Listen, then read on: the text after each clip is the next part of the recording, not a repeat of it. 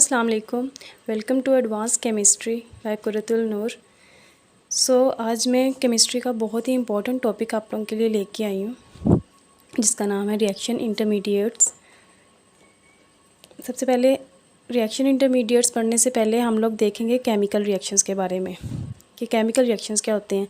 Chemical reaction वो reaction है जिनमें दो या दो से ज़्यादा रिएक्टेंट्स एक दूसरे से रिएक्ट करते हैं और प्रोडक्ट बनाते हैं। ठीक है, यानी कि हम कह सकते हैं रिएक्टेंट्स हैं दो,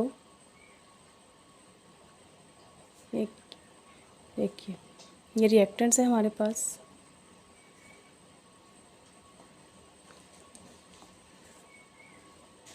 और ये स्पेसिफिक फिज़िकल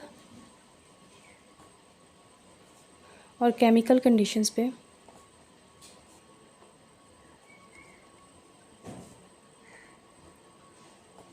कंडीशंस को पूरा करते हैं, और जब वो उनको पूरा कर देते हैं तो उनको प्रोडक्ट में चेंज किया जा सकता है। ठीक है, तो ये हो जाएगा प्रोडक्ट हमारे पास।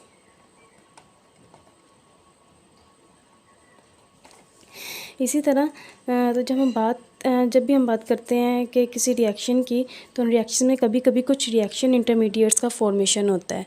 ठीक है, उन रिएक्शन इंटरमीडिएट्स को हम देखते हैं। Reaction intermediates are transient species which are formed in multi-step reaction mechanism, and they are highly energetic and highly reactive intermediate। यानी कि transient species क्या मतलब उनकी short life, यानी कि थोड़े टाइम के लिए ही ये बनते हैं, और इनका लाइफ स्पैन जो सा होता है 10⁻⁶ सेकेंड ही होता है। ये फॉर्म होते हैं मल्टी स्टेप रिएक्शन मैकेनिज़्म में, यानी कि वन या उससे ज़्यादा स्टेप में ही ये रिएक्शन मैकेनिज़्म शो करते हैं। And they are highly energetic and highly reactive. तो ये जो से रिएक्शन इंटरमीडिएट्स की स्पीशीज़ जो होंगी ना, वो हाईली रिएक्टिव होती हैं। जब हाईली रिएक्टिव होंगी तो उनकी एनर्जी भी हाई होगी। इसी तरह हम एग्जांपल लेते हैं।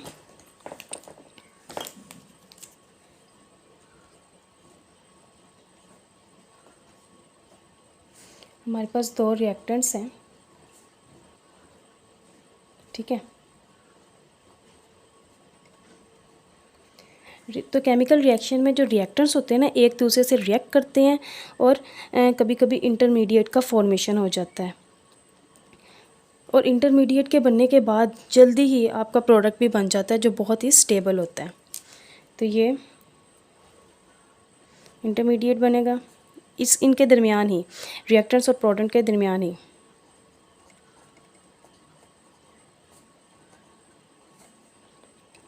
और हमारे पास प्रोडक्ट बन जाएगा।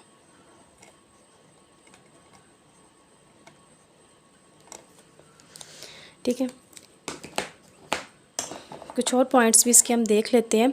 जो रिएक्शन इंटरमीडिएट्स होते हैं ये लो कंसंट्रेशन पर फॉर्म होते हैं, और reaction intermediates can not be isolated. Reaction intermediates को हम आइसोलेट नहीं कर सकते, मतलब हम इनको अलग अलग नहीं कर सकते।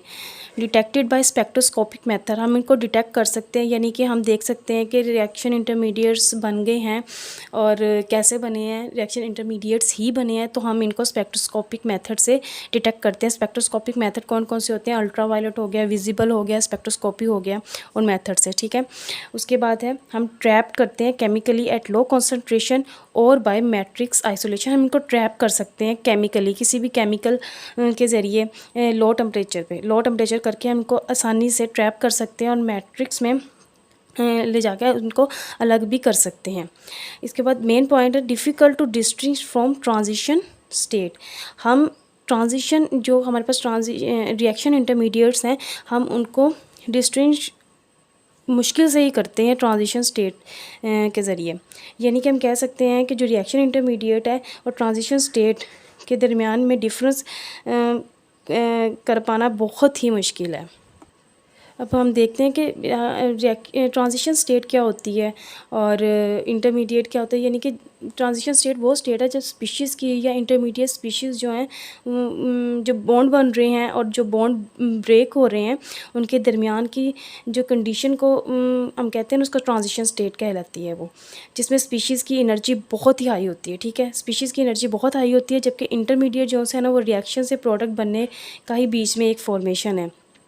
जबकि इस कंडीशन में जो एनर्जी होती है स्पीशीज़ की वो ट्रांजिशन स्टेट पे बने हुए स्पीशीज़ से कम होती है। ठीक है, इसमें ये सब बचेगा ट्रांजिशन स्टेट क्या होती है। मैं बता देती हूँ ट्रांजिशन स्टेट जो सी होती है वो कौन सी होती है और इंटरमीडिएट्स कहाँ पे फॉर्म करते हैं।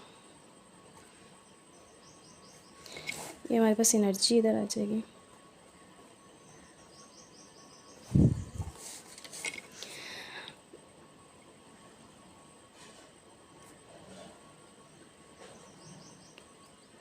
ठीक है, ये जो सी है ना, ये जो सा पॉइंट है, ये इधर इंटरमीडिएट्स फॉर्म होंगे, इंटरमीडिएट बनेंगे।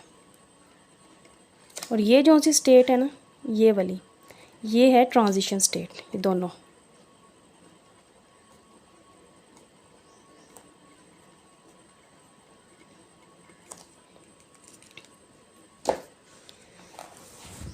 इसके बाद इम्पोर्टेंस आ जाती है हमारे पास, provide a basis for understanding how a complex reactions are possible. पहली चीज़ तो ये है कि किसी भी रिएक्शन को, जो कम्प्लेक्स रिएक्शन है समझने के लिए जो रिएक्शन इंटरमीडिएट है वो मदद करती है। यानी कि बहुत से टफ रिएक्शंस जो हैं उसको बहुत आसानी से हम समझ सकते हैं। जो कम्प्लेक्स रिएक्शन है रिएक्शन इंटरमीडिएट के ज़रिए हम उनको आसानी से समझ सकते हैं। और रिएक्शन इंटरमीडिएट के ज़रिए ही की वजह से ही हम कम्प्लेक्स रिएक्शंस को आसानी से ले सकते हैं, उनको अंडरस्टैंड कर सकते हैं, उनको रिएक्शन में बता सकते हैं कि ये कम्प्लेक्स रिएक्शंस हैं कि नहीं। उसके बाद है ऑफन स्टेबलाइज बाय कंजुगेशन और resonance to give stable product. Reaction intermediates में को हम स्टेबलाइज, हम किसी भी प्रोडक्ट को अगर हमने स्टेबल करना है ना तो उसकी उसकी स्टेबिलिटी को हम कंजुगेशन और रेजोनेंस में आसानी से फॉर्म कर सकते हैं। यानी कि स्टेबल प्रोडक्ट्स हम आसानी से बना सकते हैं कंजुगेशन और रेजोनेंस में बाय रिएक्शन इंटरमीडिएट के ज़रिए। ठीक है, उसके बाद इसकी टाइप्स हैं तो मैं लास्ट पे एक्सप्लेन करती हूँ। सबसे पहले बॉन्डिंग इन कार्बन में बॉन्डिंग इन कार्बन को हम सबसे पहले देखते हैं, क्योंकि बॉन्डिंग कार्बन हमें पता चलेगा कि कार्बन की बॉन्ड कैसे बनती है, कैसे फॉर्मेशन होती है, तो तभी हम रिएक्शन इंटरमीडिएट्स की टाइप्स को स्टडी कर पाएंगे, उनको जान पाएंगे, उनको समझ पाएंगे जो होती हैं। उसके बाद यानी कि स्पीशीज़ के बारे में या रिएक्शन इंटरमीडिएट्स को जानने के बारे में थोड़ा सा हम बॉन्डिंग जो कार्बन में मिलती है उसके बारे में बात करते हैं। कार्बन की जो है एटॉमिक नंबर क्या होता है, 6 एटॉमिक नंबर होते हैं। इसकी इलेक्ट्रॉनिक कॉन्फ़िगरेशन होती है 1s2 2s2 2px1 2py1 2pz में कुछ भी नहीं होता। उसके बाद इसके अगर हम ऑर्बिटल्स देखते हैं तो ये 2s है। ठीक है, ये क्या होगा, ये 2px है हमारे पास, और ये वाली फॉर्म 2py और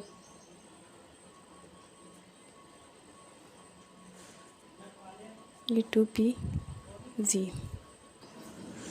यानी कि कार्बन के आउटर मोस्ट शेल में 4 इलेक्ट्रॉन्स होते हैं, तो 2s में 2 ऑपोजिट स्पिन। ठीक है, 2px में 1 और 2py में 1।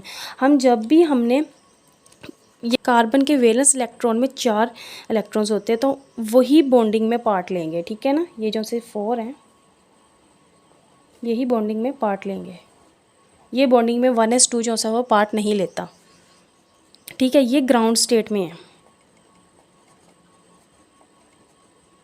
जब हम इसको एक्साइटेड स्टेट में लेके जाएंगे तो ये वाला इलेक्ट्रॉन जो सा है ना, ये 2pz का है, तो ये वाला इधर से जंप करके 2pz में चला जाएगा एक्साइटेड स्टेट में।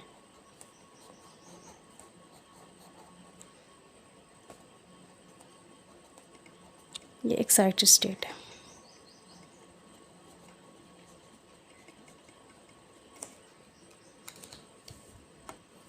कार्बन के आउटर मोस्ट शेल में मैंने कहा था 4 इलेक्ट्रॉन्स होते हैं।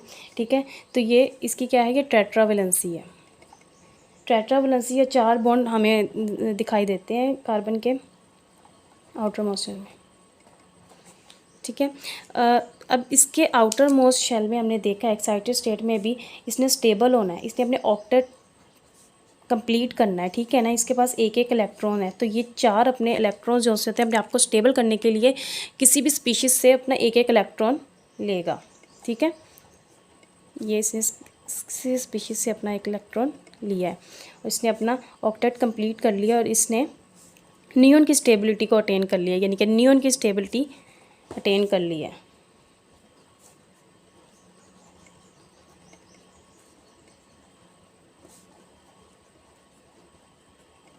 सो इस तरह हम कार्बन की बॉन्डिंग को समझ गए हैं और इसके बाद हम आसानी से जो टाइप्स हैं कार्बोकेटाइन कार्बो एनाइंस रिएक्शन इंटरमीडिएट्स की, उनको हम आगे आसानी से समझ सकते हैं इंशाल्लाह ताला। वो मैं अगले टॉपिक में, अगले वीडियो में आप लोगों को एक्सप्लेन करूँगी कि कार्बोकेटाइन कार्बो एनाइन नाइट्रीन्स एरीन्स सब का टॉपिक मैं अलग-अलग आप लोगों को दूँगी। इसके बाद टाइप्स हैं, मैं लिख देती हूँ, टाइप्स बता देती हूँ।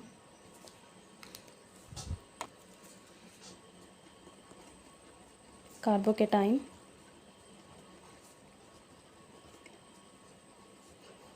कार्बो एनाइन, स्पेलिंग मिस्टेक हो रही है, फ्री रेडिकल्स, बेंजाइल, बेंजाइन, उसके बाद कार्बीन, नाइट्रीन्स, ये सारे रिएक्शन इंटरमीडिएट्स हैं और ये इंशाल्लाह ताला मैं हैलाइड्स, ये आप लोगों को इंशाल्लाह ताला मैं एक्सप्लेन करूँगी नेक्स्ट वीडियो में। कार्बोकेटाइन और कार्बो एनाइन हम एक वीडियो में एक्सप्लेन कर लेंगे और फ्री रेडिकल्स में अलग टॉपिक करूँगी क्योंकि इसका चैप्टर काफ़ी लेंथी है, ये अलग से चैप्टर है, तो मैं इसको अलग एक्सप्लेन करूँगी। उसके बाद हम कार्बीन्स और नाइट्रीन्स एक्सप्लेन करेंगे और हैलाइड्स और बेंजाइन कर लेंगे, ठीक है। Thank you so much.